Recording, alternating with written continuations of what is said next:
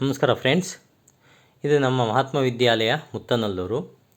ಇಲ್ಲಿ ನಮ್ಮ ಮಕ್ಕಳು ಒಂದು ಎಕ್ಸಿಬಿಷನನ್ನು ಮಾಡಿದರು, ಸೈನ್ಸ್ ಎಕ್ಸಿಬಿಷನ್. ಅವರೇ ಎಲ್ಲ ಒಂದು ಆಕ್ಟಿವಿಟಿಗಳನ್ನು ಮಾಡಿ ತೊಗೊಂಬಂದು ಒಂದು ಎಕ್ಸಿಬಿಷನನ್ನು ಮಾಡಿದರು.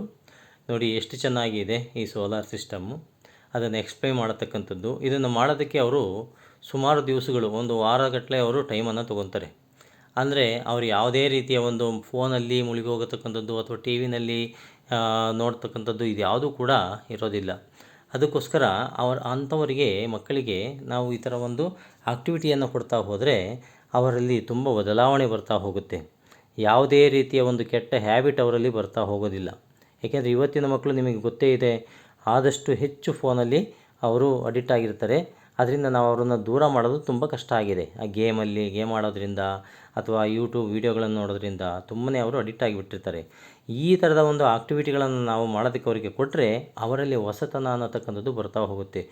ಏನಾದರೂ ಒಂದು ಕ್ರಿಯೇಟಿವಿಟಿಯನ್ನು ಅವರು ಮಾಡ್ತಾ ಹೋಗ್ತಾರೆ. ಅದಕ್ಕೋಸ್ಕರ ನಮ್ಮ ಮಕ್ಕಳು ಬರೀ ಸ್ಕೂಲ್ಗಳಲ್ಲಿ ಮಾಡಿಸೋದಷ್ಟೇ ಅಲ್ಲ, ನಾವು ಮನೆಯಲ್ಲಿ ಪೋಷಕರಾಗಿರತಕ್ಕಂಥವ್ರು ಕೂಡ ನಮ್ಮ ಮಕ್ಕಳಿಗೆ ಈ ಥರದ ಒಂದು ಆಕ್ಟಿವಿಟಿಯನ್ನು ಕೊಡ್ತಾ ಹೋದರೆ, ಅವ್ರಿಗೆ ಕೋಪ್ರೇಟ್ ಮಾಡಿದರೆ ಈ ಥರ ಮಾಡೋದಕ್ಕೆ ಅವರಲ್ಲಿರತಕ್ಕಂತಹ ಒಂದು ಏನು ಆಕ್ಟಿವಿಟಿ ಇದೆ ಅದು ಹೊರಗಡೆ ಬರ್ತಾ ಹೋಗುತ್ತೆ. ಅದಕ್ಕೋಸ್ಕರ ಈ ಥರ ನಾವು ಮಾಡೋದ್ರಿಂದ ತುಂಬ ಒಳ್ಳೆಯದು, ಅದು ಇತ್ತೀಚಿನ ಮಕ್ಕಳಲ್ಲಿ.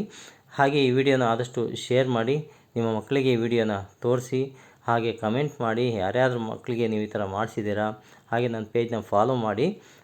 ನೋಡಿ ಎಷ್ಟು ಚೆನ್ನಾಗಿ ಈ ಚಿಕ್ಕ ಮಕ್ಕಳು 8th 9th ಮಕ್ಕಳೆಲ್ಲ ಎಷ್ಟು ಚೆನ್ನಾಗಿ ಅದನ್ನು ಎಕ್ಸ್ಪ್ಲೇನ್ ಮಾಡ್ತಾರೆ. ನೋಡಿ, ಒಬ್ಬ ಹುಡುಗ JCBಯನ್ನು ಮಾಡ್ಕೊಂಡ್ಬಂದಿದ್ದಾನೆ. ಈ ಥರ ಒಂದು ಹೊಸ ಒಂದು ಆಕ್ಟಿವಿಟಿಗಳನ್ನು ಮಾಡ್ತಾ ಹೋದರೆ ಮಕ್ಕಳಲ್ಲಿ ಒಳ್ಳೆಯ ಒಂದು ಆತ್ಮವಿಶ್ವಾಸ ಮತ್ತು ಹೊಸತನ ಅನ್ನತಕ್ಕಂಥದ್ದು ಬರ್ತಾ ಹೋಗುತ್ತೆ. ಆದಷ್ಟು ಈ ವಿಡಿಯೋನ ಶೇರ್ ಮಾಡಿ.